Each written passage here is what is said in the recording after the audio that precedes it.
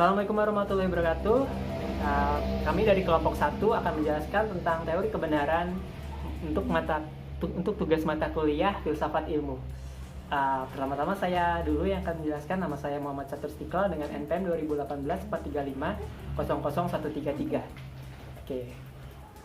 Tentang teori kebenaran pada Kamus Umum Bahasa Indonesia adalah berarti keadaan yang benar, sesuatu yang benar, kejujuran, perkenaan, jalan kebetulan.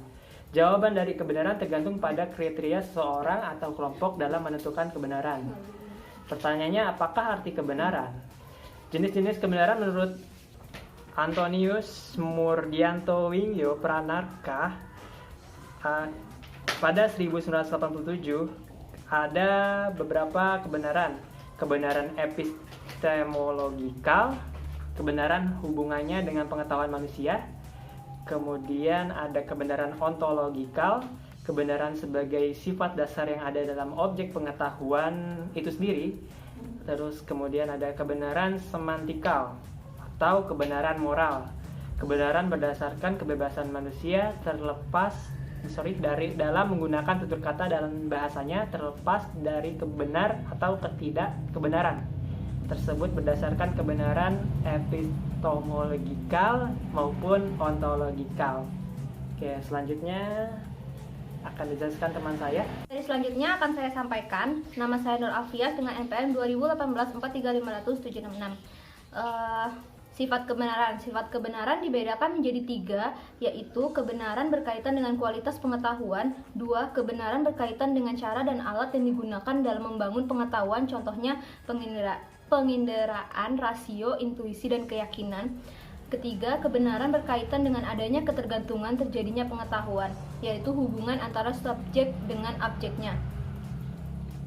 Berikutnya, teori korespondensi. Suatu pernyataan dianggap benar apabila sesuai dengan fakta yang terjadi pada objek yang dimaksud. Terdapat bukti-bukti empiris yang mendukung dan 5 unsur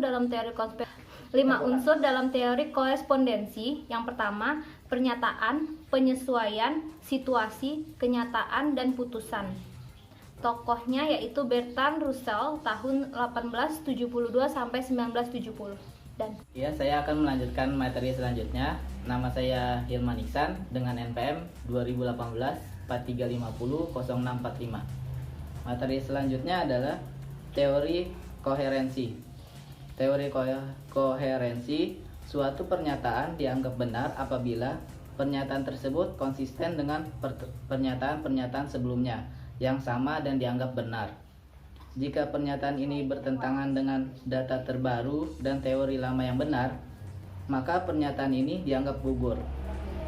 Tokohnya itu ada Plato, Aristoteles, Spinoza, dan Hegel. Teori selanjutnya, teori pragmatis. Teori pragmatis, suatu pernyataan dianggap benar apabila pernyataan tersebut atau konsekuensi dari pernyataan tersebut memiliki kegunaan praktis dalam kehidupan manusia. Teori ini menentukan kebenaran ilmiah berdasarkan perspektif waktu.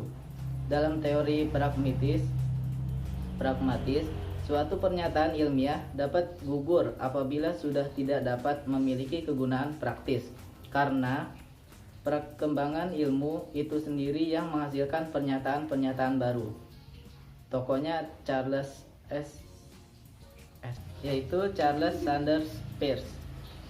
Lalu dikembangkan oleh William James, John Dewey, George Herbert Mead, dan Clarence Irving Lewis.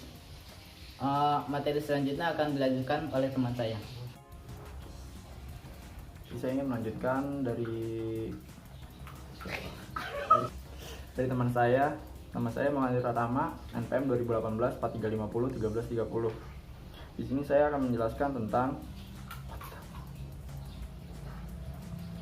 unsur-unsur kebenaran dalam teori pragmatis, yaitu ada kegunaan, dapat dikerjakan, dan akibat atau pengaruh yang memuaskan.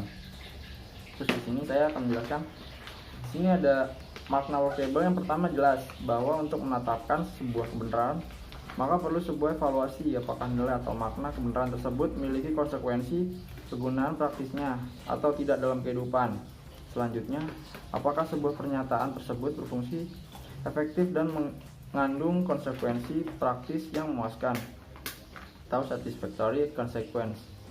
Karena jika tidak mengandung efektivitas dan efisien, maka tidak dapat dinyatakan benar dalam kacamata pragmatis.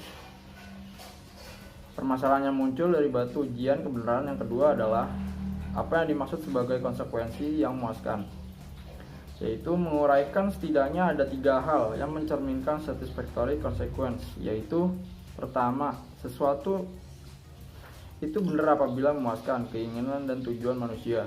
Kedua, sesuatu itu benar apabila dapat diuji benar dengan eksperimen. Yang ketiga, sesuatu itu benar apabila ia mendorong atau membantu perjuangan biologis untuk tetap ada.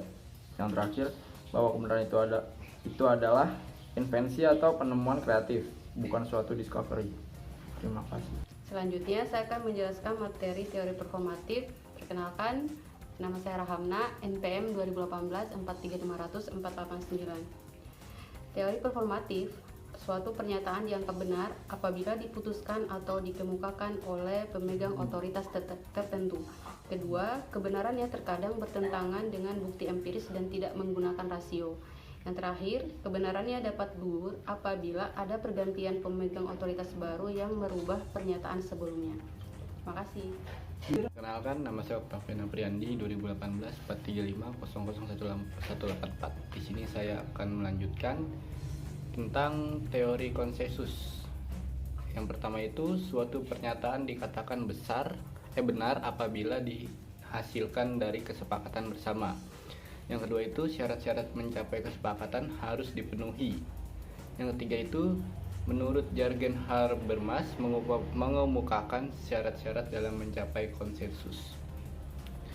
Yang pertama, kesepahaman atau apa yang dibicarakan dapat dipahami.